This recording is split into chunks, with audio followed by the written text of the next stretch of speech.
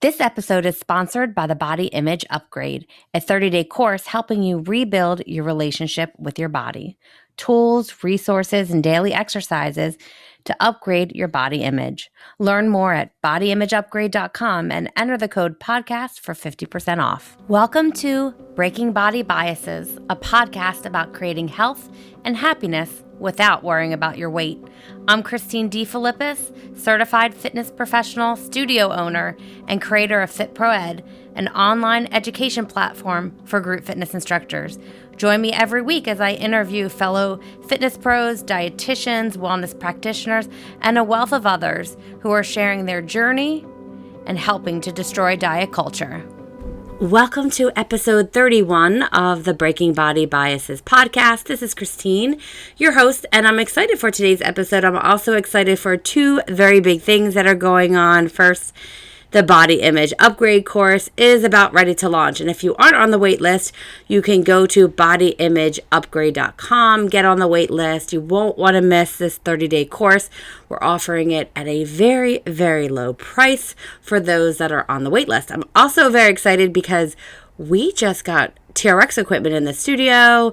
And during COVID, I went through TRX training, so did a lot of our instructors at the studio, and we're so excited to be able to bring fun and effective programming with some TRX fusion classes to the studio. So many exciting things, but let's get back to the podcast. I got to sit down this week with Pam Moore, a journalist, occupational therapist, a weight-neutral health coach, and she has a podcast of her own called the Real Fit Podcast. So right after this episode, you can go over to Real Fit Podcast, give it a listen. It is a great show. Follow her.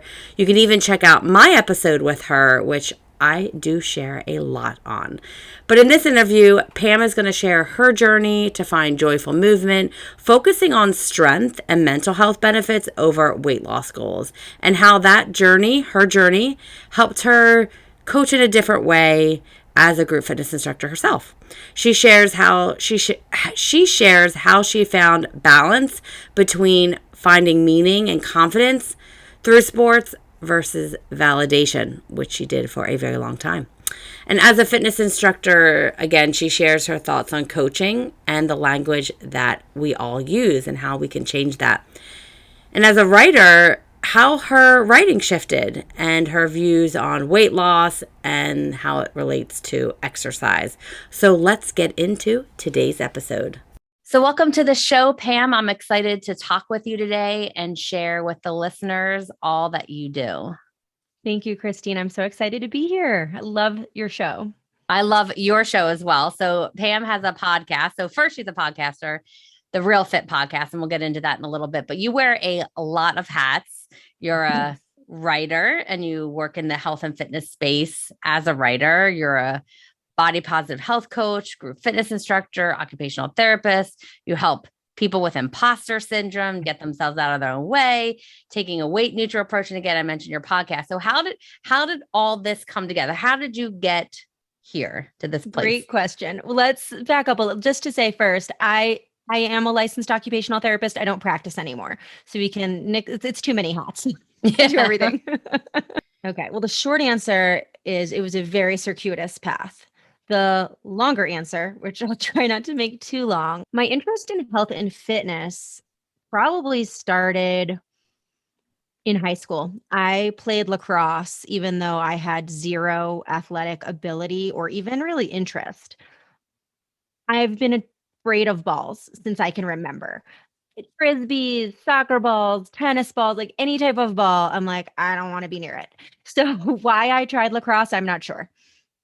Yeah, because that ball is very painful if you're hit with it. Well, it's painful. And I think nowadays the girls wear helmets. We didn't wear helmets. We wore mouth guards begrudgingly. I was like the water girl the first year. I was like the water girl and the timekeeper. Then I was just like on the bench constantly. I think my senior year, I was like, forget this, I'm not doing it. But part of practice was running. And I realized I'm not too bad at running. I kind of like running. So running was something that was the only athletic thing I had ever felt successful at. And I enjoyed it. I really enjoyed the challenge of like, well, could I go another mile? Okay, I don't know. Could I do another mile? And when I was in my early 20s in graduate school for occupational therapy was when I did my first marathon. Now, as far as like where I'm at now, as far as body neutrality, body positivity, like it's hard for me to remember a time when I wasn't kind of feeling anxious or a little bit bad about my body. I remember distinctly in high school getting to a certain weight and thinking like, "Ooh, that's bad." Even though it wasn't quote unquote bad. My weight was perfectly healthy and I never had health problems and there was never anything I couldn't do. I mean, it was just in my head. And so I Mm. think for a long time there was that sense of, oh, I ran, so I can eat XYZ. So that was sort of always in the background. The degree to which it became a little more obsessive and anxiety provoking, I think it ebbed and flowed, but definitely got up to its height right before it all ended, which I'll get to. Meanwhile, I'm finding like a lot of like identity and purpose in feeling like a runner, feeling like an athlete. Eventually got into triathlons, got into teaching group fitness. When I was in my later 20s, I did my first Ironman triathlon. And that was great for me for so many reasons. Like, it just gave me something to focus on, gave me something to do.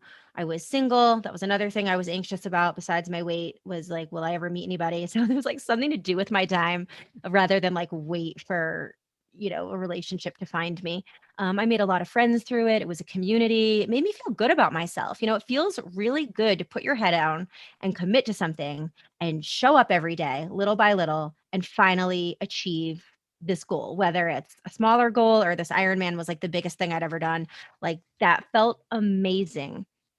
And then the other part that I never really talked about at the time was the food piece. If you're training, if you're doing cardio like 12 to 20 hours a week, which is what I was doing, you get really hungry and you eat a lot. It's almost impossible. I mean, I shouldn't say impossible, but for me, I almost never felt full to the point of bursting, which I sometimes, could be an issue for me at other times in my life. Like I was just always hungry and I always felt quote unquote licensed to eat what I felt like eating. So as much as I didn't have a lot of time to like socialize or go on dates or even like I remember my dishes used to pile up because I lived alone and I was like, whatever. I wasn't anxious about food. And that was like a weird version of food freedom for me at that time. Like now looking back on that, I would not call that food freedom because it was all I had this mentality of like, I've got to earn whatever I'm going to eat. So let's see. Did an Ironman, did another Ironman. That was in 2008. The second one was around the time I met my husband. We got married in 2010 and I had our first child in 2012. That was when I started writing more and doing less occupational therapy. I'd had a blog for a while, but it wasn't something I really took seriously. And then after my first child was born, again, I felt quote unquote food freedom. But that was because I put that in air quotes because I was breastfeeding and I don't know what was going on with me hormonally, but I was as thin as I'd ever been in my life. And I felt great. I couldn't really put on weight. I felt amazing. Had our second baby 2 years later in 2014, and it wasn't like that at all. I didn't do the whole like bouncing back thing, which is actually a term that I hate. I struggled to lose the baby weight. There was a lot going on. I think I might have had postpartum depression. I was diagnosed with Bell's palsy right after the baby was born, which meant that the right half of my face was paralyzed. And in most cases, it resolves on its own very quickly. In my case, it didn't. That's another long story, but that was depressing. The baby was I would say a difficult baby. Had a toddler who, it was just a hard time in my life. And I was making it worse because I was obsessed with losing this baby weight. I was on my fitness pal. I was restricting. I was compulsively exercising even when I was too tired to really, it was terrible. It's Go ahead. interesting when you mentioned something about the two children that you had and how different each pregnancy was and how you felt about yourself afterwards. And you felt some kind of food freedom with your first child because you didn't have like any issues, like again, put that in air quotes, that you had what the socially acceptable bounce back body.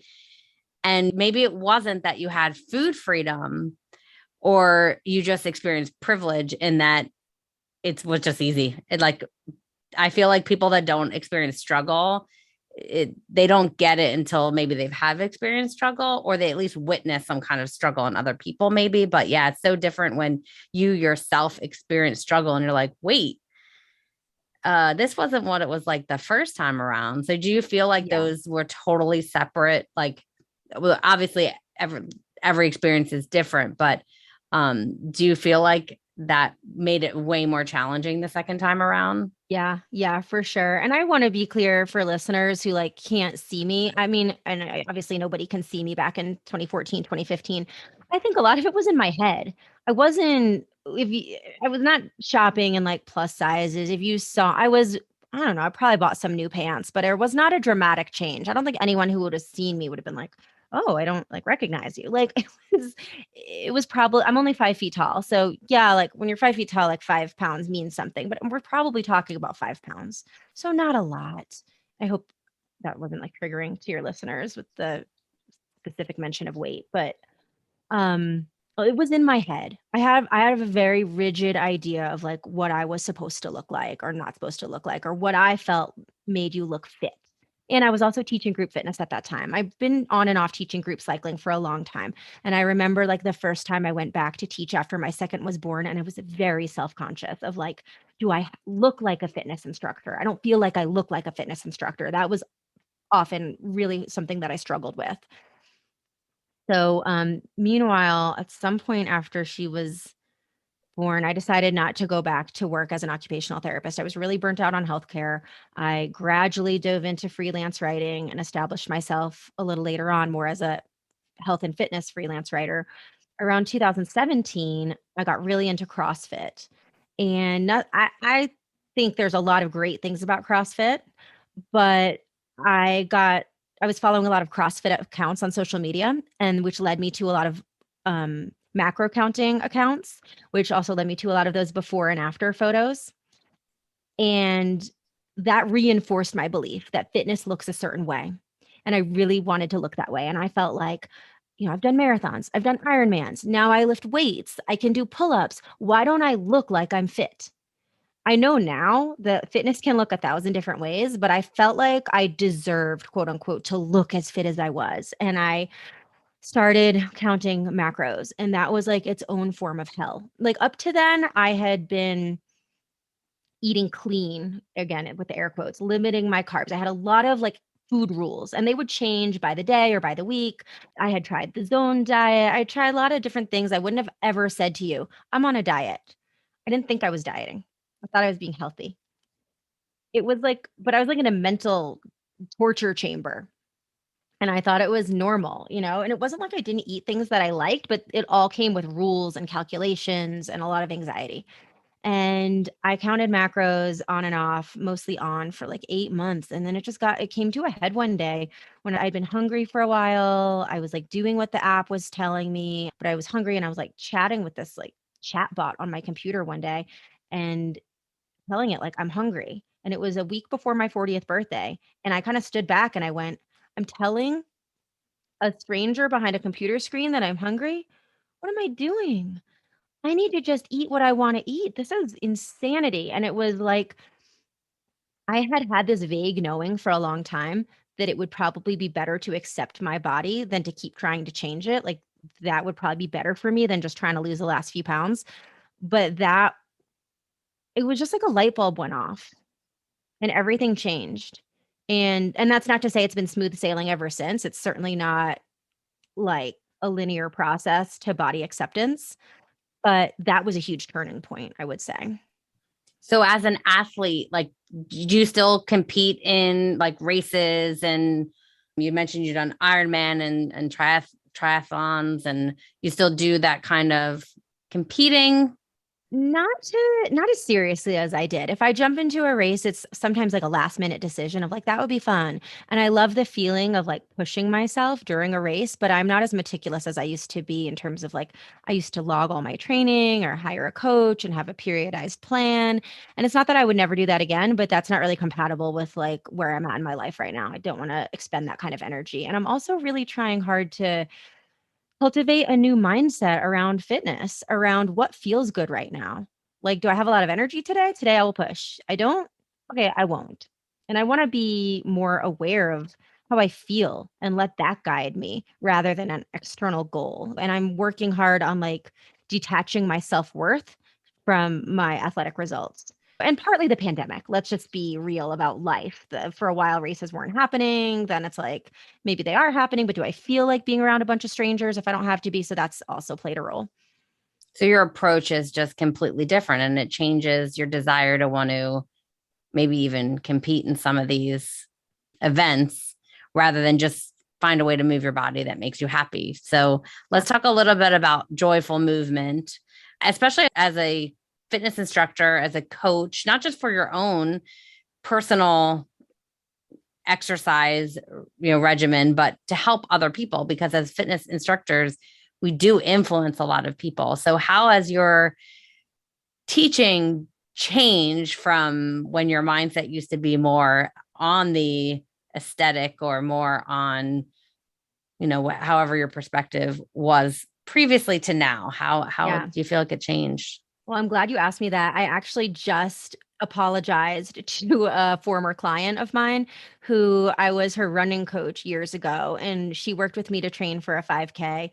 And along the journey, she had nutrition. She wanted me to help her out with nutrition. She wanted to lose weight. And I should also admit, like, I'm in really no, I mean, yeah, I'm an OT, like, I have a master's degree, but I'm not a nutritionist. I'm not a registered dietitian. I was way out of my lane for one thing. And I was promoting everything that I'm now against. I was asking her as my client, I was like, yeah, I can help you with that. Why don't you make a food journal and we'll go through it every week and we'll talk about where you could substitute out some better choices and blah, blah, blah. And yeah, I told her I apologized for that and she was cool, but I would never do that now. Like now if somebody asked me about nutrition, I would tell them I'm not the best fit for you. You need to work with a nutritionist or a dietitian, but also looking at the bigger picture of I want to help people more with like their heart and their mind of wait, let's peel back the layers. Why do you want to lose weight? How would that materially change your life? Is it natural? Is it normal? What is required of you to be at a weight that isn't natural for you? That's not healthy. Like there's nothing physically healthy about that, and there is nothing mentally healthy about that. So I think that's a big shift for me. I used to think like where there's a will, there's a way. Like I used to, and I admit too, as a healthcare professional, there were many times that I was in the break room with my colleagues and we would talk about a patient like, oh, well, they have knee pain. Have they thought about losing weight? And I'm embarrassed of that. And if I could go back to all my patients that I mentally judged and say, I'm really sorry, I wasn't in a position to judge and I didn't educate myself on everything that influences a person's weight, including the social determinants of weight, the genetic determinants of weight, which are huge. I mean, now I'm more about making healthy choices and having healthy behaviors and behaviors that serve you and nourish you. And I say nourishment not just when it comes to food, but like movement can nourish you. It can deplete you or it can nourish you, it can do anything in between. But getting people to tune into their bodies of like what makes you feel happy. And I don't necessarily mean that you should feel euphoric the second you step into your sneakers to the second you take them off. Like, yes, sometimes that first mile is going to feel creaky. Usually it is. Usually you don't want to. I mean, for me, like fitness is my joy. It's like my favorite hobby. And most of the time, I struggle to get going. I think that's human and I think that's normal. But there's struggling to get going. And there's oh my God, I'm going out to dinner tonight. I have to do XYZ workout. Oh, I did all the things. Now I can eat the bread or I can have the wine or that's different. So does that answer the question? Yes, that is so good. And I think we've all been in those places where we look back and think, oh, why did I say that? And we just didn't know. I mean, I've been teaching fitness for a long time, and you just do what you think is right. And we're all taught that that was the right way to do it. And I don't think I ever asked questions like the way you had just shared the questions to dig a little bit deeper. And now we do ask those questions so that way we can find out more. I think we did a lot of assuming and judging, and we can all write for days apology letters to all the people that we harmed. But now going forward, we can not only influence people in a better way with the classes that we teach, but hopefully influence other fitness professionals to kind of do the same. Because I know this is not the way that most fitness instructors think. I mean, there's a lot of still body shame out there and food correlation. So you as a fitness instructor, if you were to teach classes, is there any other things that you would change? I know we talked about a little bit like some of the stuff that we say. How would your classes differ from, like, what are some of the things that you think that fitness instructors out there should be saying and doing in their classes? That's a great question. Well, for one thing, I'm not 100% sure, but because I've been teaching, I think I've been teaching indoor cycling for literally 20 years. I don't, that's a long time. And I don't remember all the things I might have said. I'm sure I have said offensive things, but I can tell you for sure all the things I don't say now. I'm not sure what I said before, but I know that I would never say something like, earn your, and these are the things that make me cringe. Like, let's all earn our dessert, before a holiday. Let's earn that turkey, if it's Thanksgiving. Or I don't even talk about, Halloween. I don't even talk about earning it or sneaking it or guilty pleasures or anything like that. Like, food is just food and exercise is just exercise. And they don't, yeah, food is fuel when it comes to exercise. Like, if you're going to drink Gatorade or whatever, like during your ride, that's a different thing. You need to fuel your ride to have the energy for the ride. But other than that, I don't think that we should be discussing food as fitness instructors in classes. I also don't think we should be talking about bodies for a number of reasons. Number one, it assumes that everyone's there for the same reason, which is to lose weight, which is A, not necessarily true. B, that's incredibly fat phobic for the people who may be in the room or the people who aren't in the room or whatever. I can't imagine how unwelcome I would feel as a person in a larger body showing up at the class and this me here with my thin privilege at the front of the room going, okay, everybody, let's burn off our XYZ. And what I'm not saying, but saying is so that we don't look like you. Yeah. That is so uncool. That's Yeah. just basic human kindness. Like, we don't have to get into like the social aspects of it or the anything else. Like, it's at a very basic level, that's unkind. And that's not who I would want to be. And if I have been in the past, and I think I probably have, I am sorry for that. But that's not right. And what I pride myself on being the instructor that makes a safe space and a welcoming space and a community for everybody. Like, if I am subbing a class and there are 25 people in the room, I'm always there early and I'm always asking, hey, like, if you don't know what to do, if you haven't been here before, talk to me. I'll show you the bike. But I come up to each and every one, every single person, and I ask their name. And I do my damnedest to remember their name. Because if it's not about creating a connection, then just do it at home. Do it on the exercise bike anytime you want. Why are you in the room? So I really try to make a connection with everybody. And part of that connection is making you feel welcome. The best thing anybody ever said to me about one of my classes was somebody who said that I made her feel welcome and that I made her feel like she belonged in that class and that she actually got out on a real road bike outdoors in part because of me. I'm like, oh my God, that's what I want. I don't want anyone to say I lost 10 pounds because of you. I want them to say I discovered something that felt fun and that I wasn't sure if I was included in this community and you made me feel like I was. That's amazing. Yeah, just to feel part of something. And I know how hard it is, even from my own personal experience, when I've gotten out of working out for various reasons.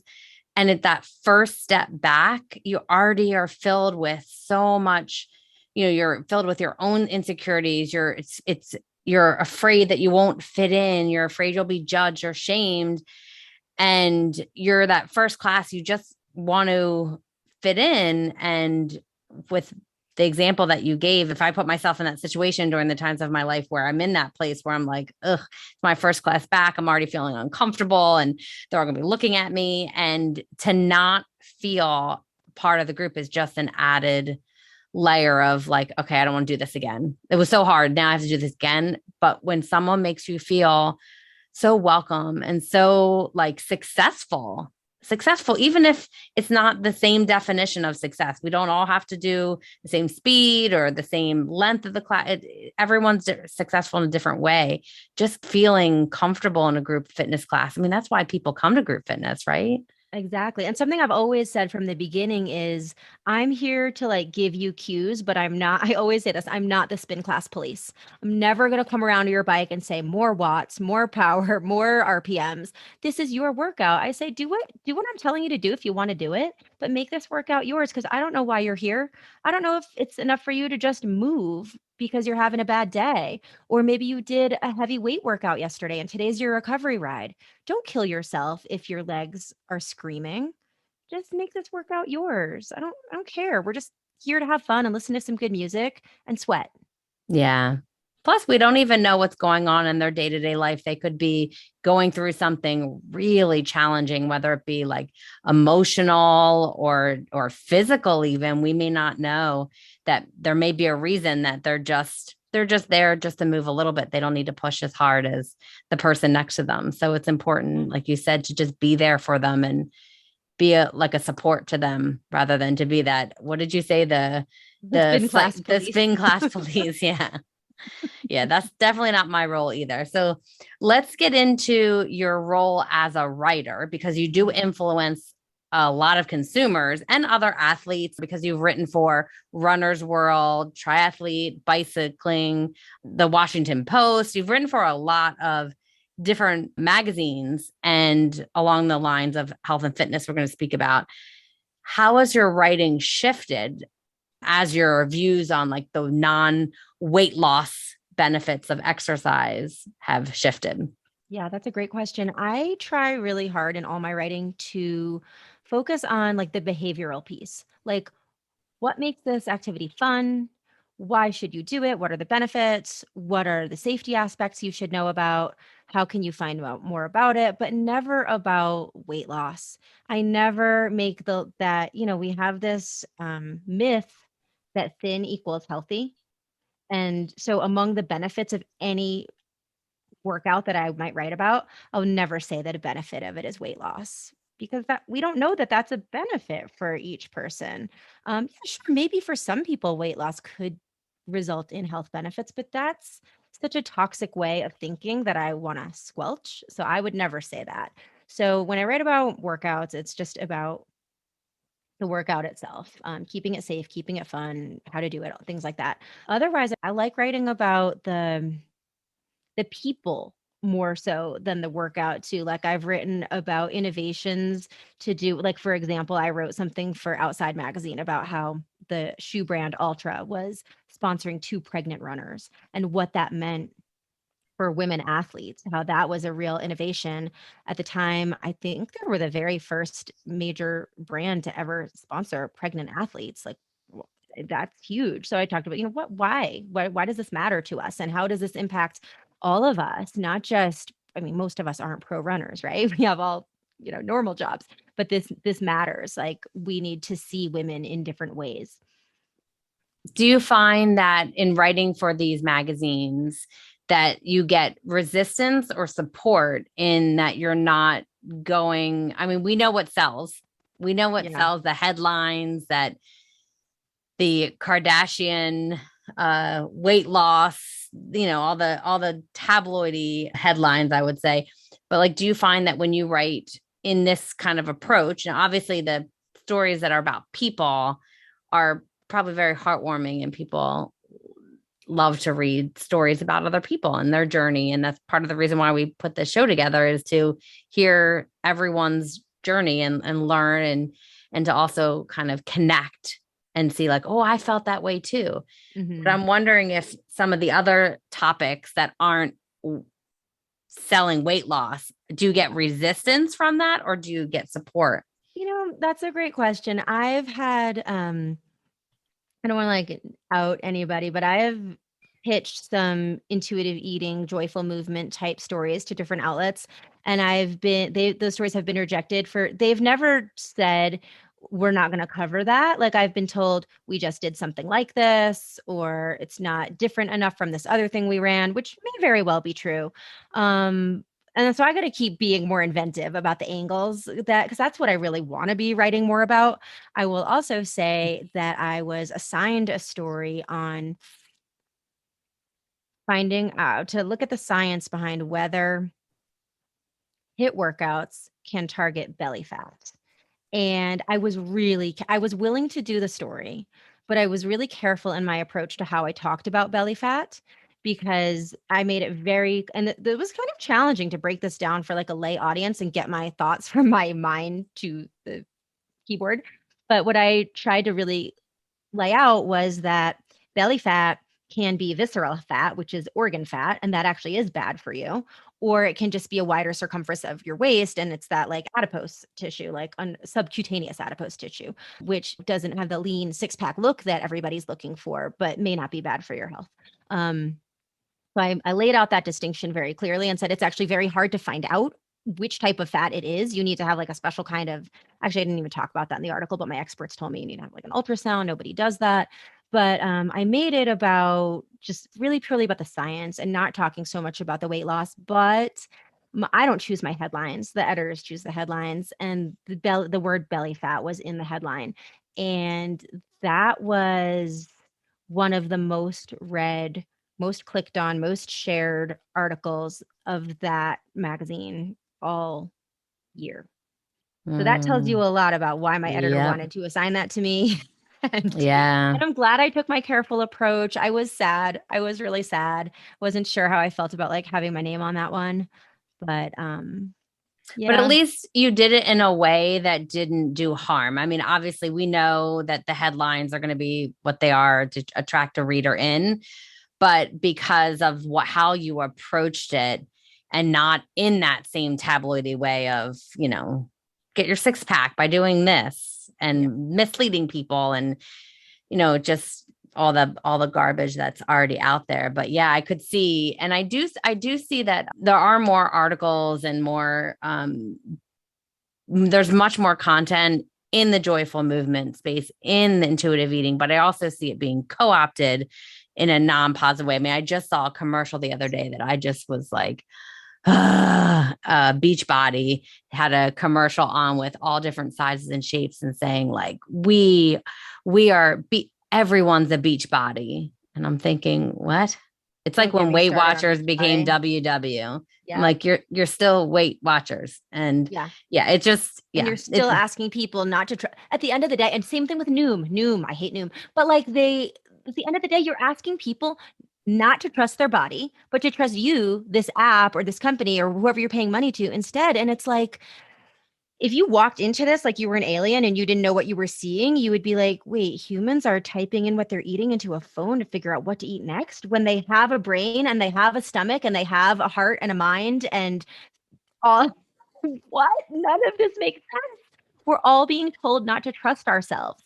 And so, going back to your other question about like where I am and how I got here, I spent so much of my life trying to look outside of myself for answers, not just about food, but about a lot of things. And I still am a verbal processor. I still like to run something by a friend or my husband or whoever as I'm working it out. But I am so pleasantly astonished by like how much getting in touch with what I really want to eat has also helped me get in touch with what I really want to do in other areas of my life. It's not that different, and we really are the experts on ourselves. Everyone's trying to sell us something, whether it's weight loss or business success or podcast success. Each of our paths is different, and we have to be our own North Star. We have to figure out where our own North Star is and check in with ourselves. We are the experts on ourselves. And that's my greatest wish. And that's why I love the work that you're doing, because we need more women to know that we actually do know best. We're just not listening to ourselves. Oh, so true. We're just not listening to ourselves. We need to spend some time and just sit with that. That's great. So Pam hosts a podcast herself, Real Fit Podcast. You'll want to go and listen to the episodes. You interview some people. You also do some solo episodes that give some great nuggets of wisdom, just like what you shared in this show. And I want to finish out this episode. We always ask our guests a few just random questions because we have a fitness studio here. We always love to find out what our guests' favorite way to move their body. I have a guess, but That's a good question. It depends on the day. I would lately say riding my bike. I was Yeah, thinking cycling. I was yeah. thinking cycling too. I joined a women's cycling team this summer, and it's been the best thing I ever did. I love riding with other people and chit chatting and just being outside, just everything about it. Just love it. Yeah. So we also listen to a lot of music here. We do fitness classes to music, all different types of fitness classes. So we love to find new music, whether you have a favorite artist, a favorite song you're listening to, a genre of music. And it could be for a workout or just to listen to some music that you'd like to share. A couple of things I love listening to while I'm working out would be a playlist on Spotify. It's public. It's called Badass Bitches. That is And amazing. so this is for mature audiences only. Yeah. And I also like listening to Missy Elliott. Oh, yeah, that'll get you going. That'll definitely get you going. I will post that in the show notes for those that are looking for something that will light a fire underneath them. I'm thinking that's the style of music that is in that playlist. So we also really are advocates for self-care. So we love to know what our guest's favorite way to practice self-care. It depends on my mood. It can mean a lot of things. It can mean working out. It can mean taking a long bath, taking a long walk, but spending time doing something that is not productive or quote unquote productive. Like for me, a workout feels productive. Have you read the book, The Artist's Way? No. Oh, it's fantastic. I recommend it to like any creative, any entrepreneur, or honestly, anybody. But Julia Cameron, the author, says you should take yourself on quote an artist date every week. I don't always do it every week. An artist date is like your artist is like your inner child or your inner artist. And it's essentially taking yourself out on a date. And so if you're on a date with like your husband, like if the rule is we're not going to accept phone calls or we're not going to check our phones, if those are things I wouldn't do on a date with my husband, then those are things that I wouldn't do on a date with myself. And so it might, like the other night, I took myself stand up paddleboarding, just myself for no reason. Like I wasn't trying to get a workout, just relaxing. Or like I might take myself to like a bookstore and maybe sit down and eat a cookie and drink a cup of coffee and like read something for pleasure. Just something that I do for myself with no intention. And it requires me to check in with myself and go, what would feel good right now? What would be fun for me right now? Not trying to meet up with a friend and see what they want to do. It's what do I want to do? To me, that's like the highest form of self-care. And I don't do it often enough, but when I do, it just feels so rejuvenating. That is such a great tip. And we'll put that book in the show notes too, because now I want to read that. And that is such a great way to really connect with yourself because there is no one else there. And it's not you, like you said, you're not doing it with a purpose of being like productive or check something off your list. You're really just doing it for you. Mm-hmm.